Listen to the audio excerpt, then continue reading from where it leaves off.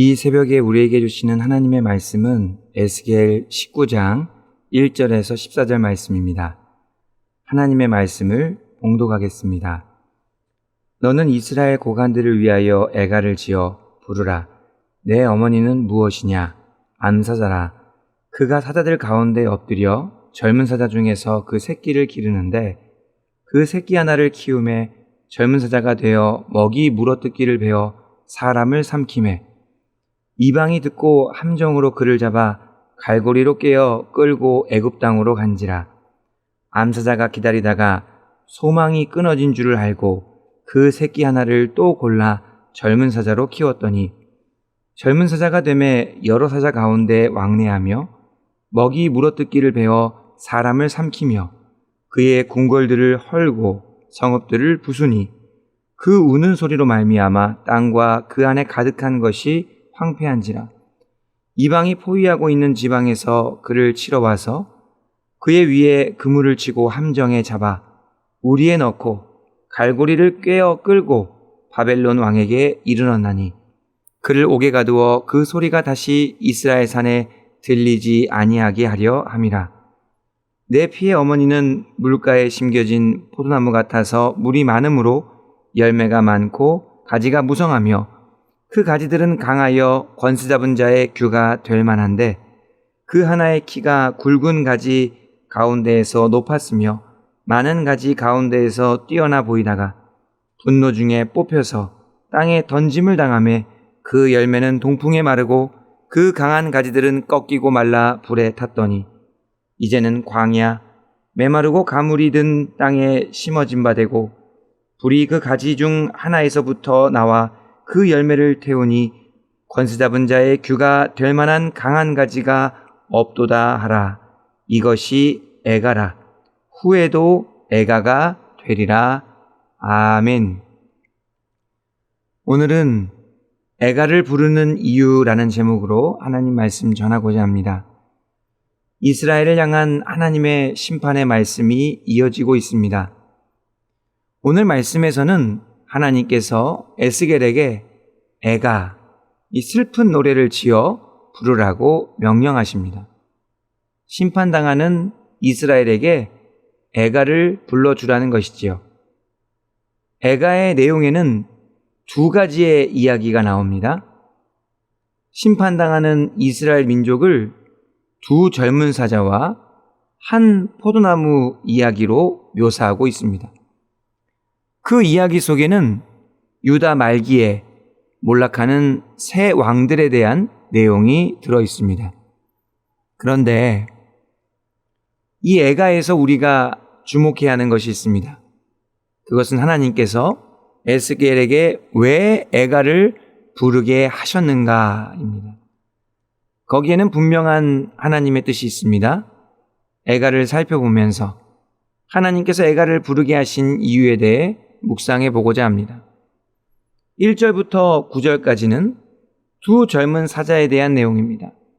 2절에 나오는 애가의 첫 부분을 보니까 이렇게 시작합니다. 내 어머니는 무엇이냐? 암사자라.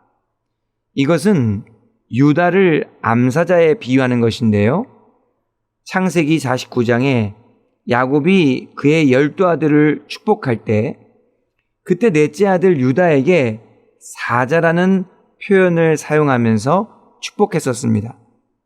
그때 이 사자라는 표현이 오늘 애가에 나오는 암사자와 연결이 됩니다. 암사자로 표현되는 유다 아래에서 새끼 사자들이 후손으로 나오게 되는 것이죠. 그 새끼 사자들은 유다 민족의 왕들을 가리킵니다. 3절에 보니까 새끼 하나가 장성해서 젊은 사자가 되었습니다. 그런데 사람을 잡아먹었어요. 이 일을 들은 이방 민족들이 그 젊은 사자를 잡아 갈고리로 깨어 애굽으로 끌고 갔습니다. 젊은 사자가 비참한 최후를 맞이하게 된 것이지요. 그러다가 5절에 보니까 암사자가 이번에는 다른 새끼 하나를 골라서 잘 키웠습니다. 그랬더니 이 젊은 사자는 이전의 사자보다 더했습니다. 사람을 잡아먹을 뿐 아니라 궁궐을 헐고 성읍을 부쉈습니다. 사람들이 사는 곳을 황폐하게 했습니다. 이방 민족들이 이 일을 듣고 이 젊은 사자를 잡았습니다. 그리고 우리에 넣어서 바벨론 왕에게 완전히 보내버렸습니다. 유다 후손의 마지막 왕들이 이 젊은 사자들처럼 처참한 최후를 맞이하게 된다는 것이죠. 그리고 10절부터 14절까지는 한 포도나무 이야기로 넘어갑니다. 10절, 11절 말씀해 보니까 내 피의 어머니, 내 혈육의 어머니는 건강한 포도나무 같았다라고 말씀합니다. 이번에는 유다를 풍성한 열매를 맺는 포도나무로 비유한 것이죠.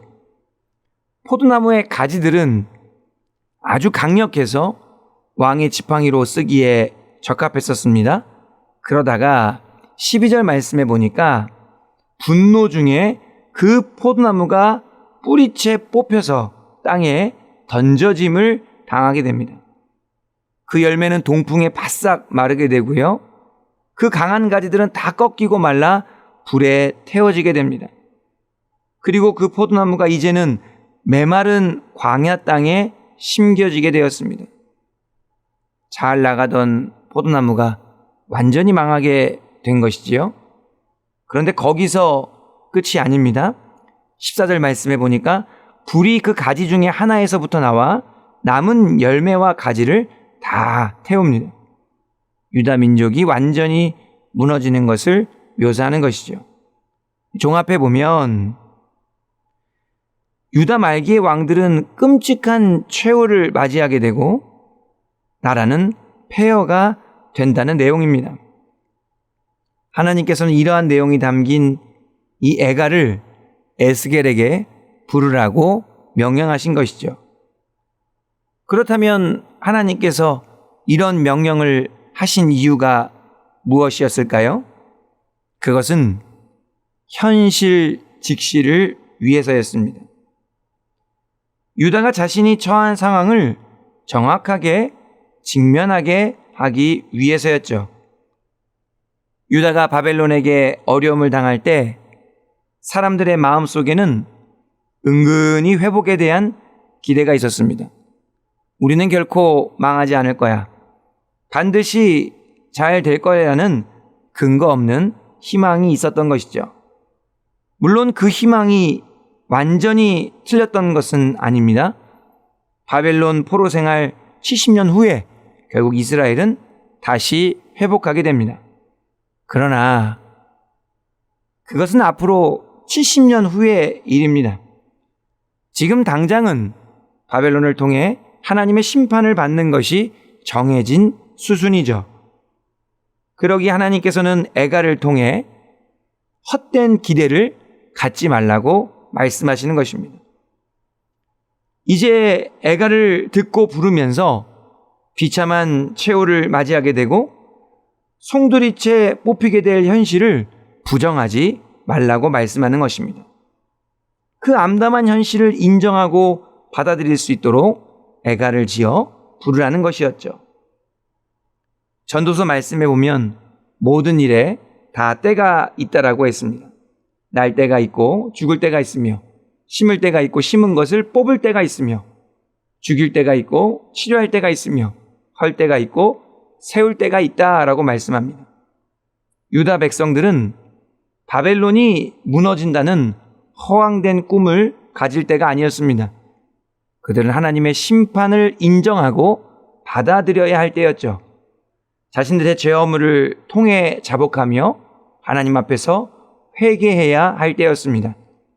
하나님께서는 그들이 올바른 때를 분별하기를 바라며 애가를 부르라고 명령하셨던 것입니다.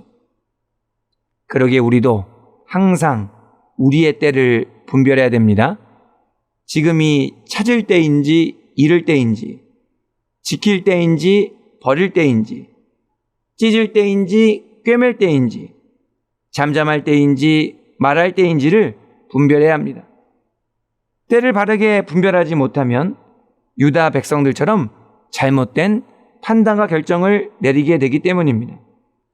그렇게 되면 하나님의 계획을 깨닫지 못하게 됩니다. 하나님을 더욱 오해하게 되는 것이죠. 결국 하나님하고 더 멀어질 수밖에 없게 됩니다. 그러나 때를 지혜롭게 잘 분별하면 어떻게 되겠습니까? 하나님과 더 가까워지게 되죠. 때를 올바르게 깨달으면 주님의 계획을 알게 되고 진정한 소망을 가질 수 있습니다. 때만 잘 분별하여도 하나님과의 동행이 더 쉬워지게 되는 것이죠. 지금 여러분의 삶은 어느 때에 놓여 있습니까? 여러분의 가정과 여러분이 속한 공동체는 어떠한 때를 지나가고 있습니까? 하나님께서는 애가를 지어 부르게 하시기까지 유다 백성들이 때를 분별하기 원하셨습니다. 하나님의 때에 순응하고 순종하며 하나님의 뜻을 기다리기를 바라셨습니다. 여러분의 때는 어떠한 때입니까? 지금 좀 더 참고 기다려야 할 때입니까? 아니면 과감하게 결단하고 전진해야 할 때입니까? 하나님께 때를 구하면 우리 주님께서 반드시 때를 분별하는 지혜를 주실 것입니다. 어떠한 때를 정확하게 분별하셨다면 믿음으로 순종하시기를 바랍니다. 하나님의 계획하심을 따라가심으로 형통과 평안, 승리의 길로 걸어가시는 영혼의 복된 성도님들이 다 되시기를 주님의 이름으로 축원합니다. 기도하겠습니다. 은혜로우신 하나님 아버지 감사드립니다. 말씀을 통해 에스겔에게 애가를 지어 부르게 하신 이유를 깨닫게 하시니 감사를 드립니다.